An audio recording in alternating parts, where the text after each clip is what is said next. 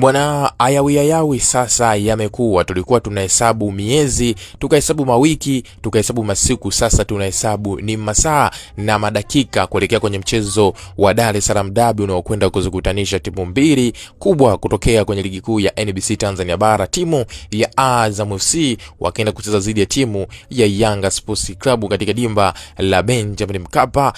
Huu ni miongoni mwa michezo migumu kwelikweli ambayo inakwenda kufanyika siku hii ya leo, ambapo kwa upande wa timu Azam FC wakiwa nafasi ya 3 na alama zao 27, huku kwa upande wa Yanga Sports Club wakiwa nafasi ya kwanza na alama zao 35. Sasa kwenye kuelekea mchezo huu, kila mmoja hapa anahitaji alama kwa nafasi yake. Timu ya Azam FC wanahitaji alama ili waweze kusogea juu msimamo wa ligi kuu ya NBC Tanzania Bara, lakini kwa upande wa timu ya Yanga Sports Club wao wanahitaji alama ili waweze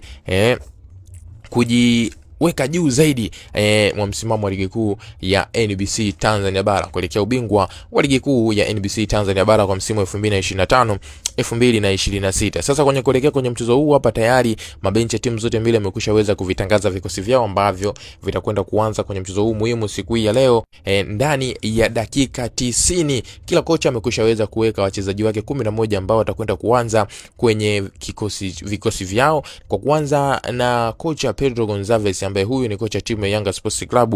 Yeye amekushaweza kukiweka wazi kikosi chake ambacho kitakwenda kuanza dhidi ya timu ya Azam FC siku hii ya leo hapa. Kwa upande wa golini kwenye kikosi hiki ambacho kocha Pedro ameweza kukiweka wazi, kuna golikipa Djigui Diarra ndiye aliyesimama kwenye milingoti mitatu ya timu hii ya Yanga Sports Club. Beki nambari 2 ameingia beki Isra Patrick Mwenda kwenye eneo la mbavu ya kulia kama beki nambari 2, lakini beki nambari 3 si mwingine ni yule mchezaji Mohamed Hussein Zimbwe Junior akienda kuzima eneo la beki nambari 3 kwenye hiki cha klabu ya Yanga. Beki nambari 4 na beki nambari 5 hapa Bakali Nondo Mwamnyeto the team captain akishirikiana vyema na Ibrahim Abdullah Baka kwenye eneo la kati kwenye kuhakikisha hakuna mauza yoyote wala mazonge atakayopita kwenye eneo lao la kati kufikia golikipa wao Djigui Diarra the screen protector. Lakini kwa upande wa kiungo nambari 6 aliingia hapa ni Mohamed Damaro akizima eneo lile la katikati kwenye kikosi hiki cha klabu ya Yanga. Winga nambari 7 si mwingine bali ni mchezaji Maxi Nzengeli, fundi wa bodi. Huyu mchezaji kilaka kwelikweli, anacheza nafasi yote uwanjani,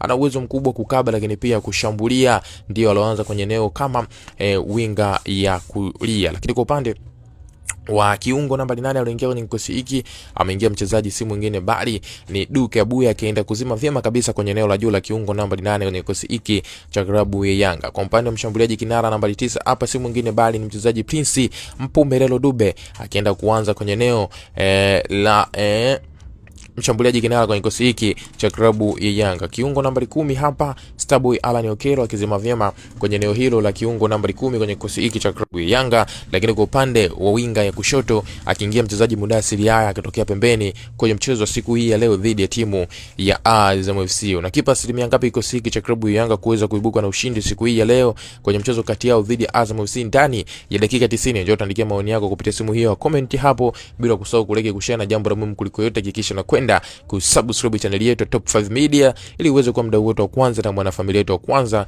kujipatia kila aina ya taarifa mpya kwa michezo ambayo sisi tunajuza na kukuhabarisha wewe moja kwa moja kupitia hapa Top 5 Media.